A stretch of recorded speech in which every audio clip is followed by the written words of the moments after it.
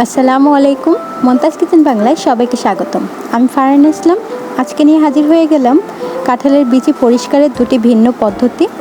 এর আগেও আলাদা আলাদা পদ্ধতিতে আমি কাঁঠালের বিচি পরিষ্কার করে দেখিয়ে দিয়েছি। আজকে একসাথে দুটি পদ্ধতি দেখাতে যাচ্ছি। এর জন্য আমি কিছু কাঁঠালের বিচিকে প্রথমে ছিলে দুই ভাগ করে নিচ্ছি। দেখুন, কাঁঠালের বিচির এক পাশটা একটু কেটে তারপরে ছোলকাটা টান দিলেই কিন্তু ছিলে যাবে। এভাবে করে আমি সবগুলো কাঁঠালের বিচিকে প্রথমে ছিলে নিলাম। দেখুন, এবার কাঁঠালের বিচিটা পরিষ্কার করার জন্য এখানে আমি একটি পাত্রে গরম পানি নিয়ে নিয়েছি। পানিটা কিন্তু কুসুম গরমের থেকে একটু বেশি হতে হবে। এবার এখানে আমি কাঁঠালের বিচিগুলোকে দিয়ে দিচ্ছি।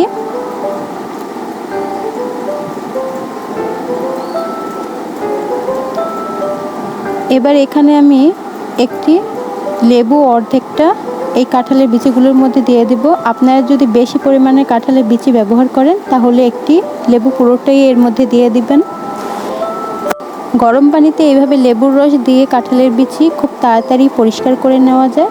এবার এই কাঁঠালের বিচিটাকে আমি 5 মিনিটের মতো এভাবে ভিজিয়ে রেখে দেব। ফিরে এলাম 5 মিনিট পর। এবার কাঁঠালের বিচিগুলোকে হালকা একটু ঘষা দিলে দেখুন এর ছোলকাগুলো আলগা হয়ে আসছে, দেখতেই পাচ্ছেন।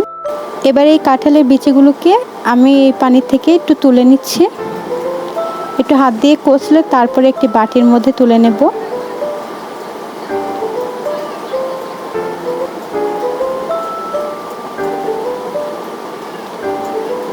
এবার আমি হাতের সাহায্যে এই কাঁঠালের বিচিটাকে একটু ঘষে নেব। এতে করে এর ছোলকাগুলো একদম আগলা হয়ে আসবে। 1 মিনিট ঘষার পরে আমি এরকম একটি বোতল নিয়ে নিচ্ছি। একটু বড় বোতল নিলে ঝাঁকাতে সুবিধা হয়।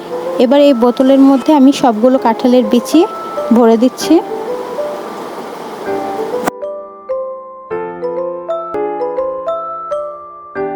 সবগুলো বিচি বোতলে ভরা হয়ে গেলে বোতলের মুখটা এইভাবে আটকে দিতে হবে। আমি কিন্তু বোতলের কিছুটা অংশ ফাঁকা রেখেছি। ফাঁকা রেখে তারপরে আপনারা কাঁঠালের বিচিটা ভরবেন, না হলে কিন্তু ঝাঁকাতে অসুবিধা হবে।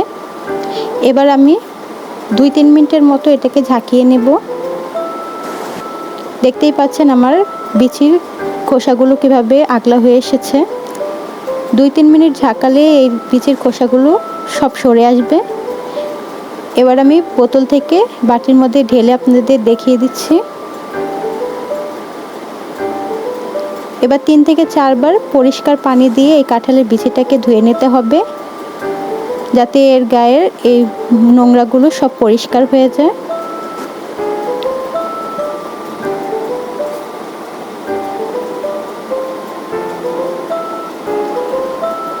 আমি আপনাদের সামনেই কাঁঠালের বিচিগুলোকে পরিষ্কার পানি দিয়ে 2-3 বার মতো ধুয়ে দেখিয়ে দিচ্ছি। এই পদ্ধতিতে আপনার কাঁঠালের বিচি অল্প সময়ের মধ্যে আপনি অনেকগুলো বিচি পরিষ্কার করে ফেলতে পারবেন। ঘষা মাজার ঝামেলা ছাড়াই এই পদ্ধতিতে আপনারা কাঁঠালের বিচিটা সুন্দরভাবে পরিষ্কার করে নিতে পারবেন। দেখতেই কিন্তু পাচ্ছেন আমার কাঁঠালের বিচি অলরেডি পরিষ্কার হয়ে গেছে। এভাবেই আপনারা অল্প সময়ের মধ্যে অনেক কাঁঠালের বিচি একসাথে পরিষ্কার করে নিতে পারবেন, কোনো ঝামেলা ছাড়াই। এবার আমি আপনাদেরকে দ্বিতীয় পদ্ধতিটা দেখিয়ে দিব। এর জন্য আমি প্রথমেই কাঁঠালের বিচিটাকে ছিলে নিচ্ছি। এই পদ্ধতিতে আমার ঘষা মাজা বা ঝাঁকানোর কোনোই প্রয়োজন নেই।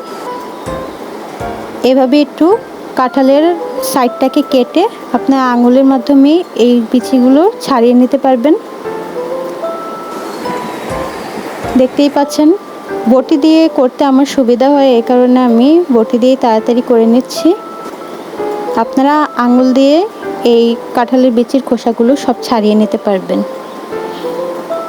আমার চ্যানেলে কাঁঠালের বিচি সারা বছর ধরে কিভাবে আপনারা সংরক্ষণ করবেন, কিভাবে ফ্রিজে বা ফ্রিজ ছাড়া আপনারা সারা বছর কাঁঠালের বিচি সংরক্ষণ করে রাখতে পারবেন সেসব পদ্ধতি দেওয়া আছে।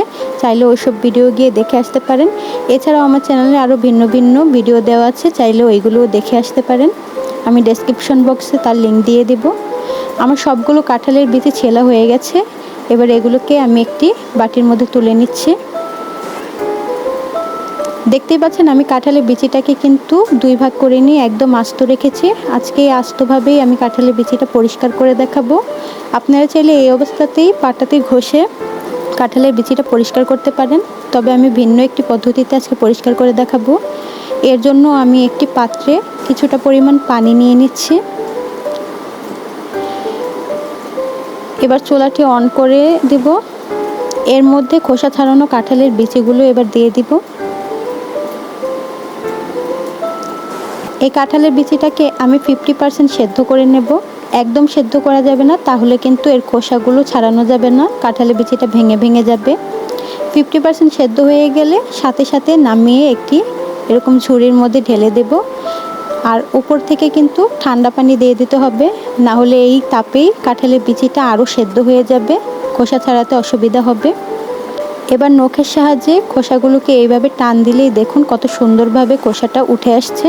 কোনো ঘষা মাজা বা ঝাঁকানোর কোনোই ঝামেলা করা লাগছে না, একদম সুন্দরভাবে চলে আসছে।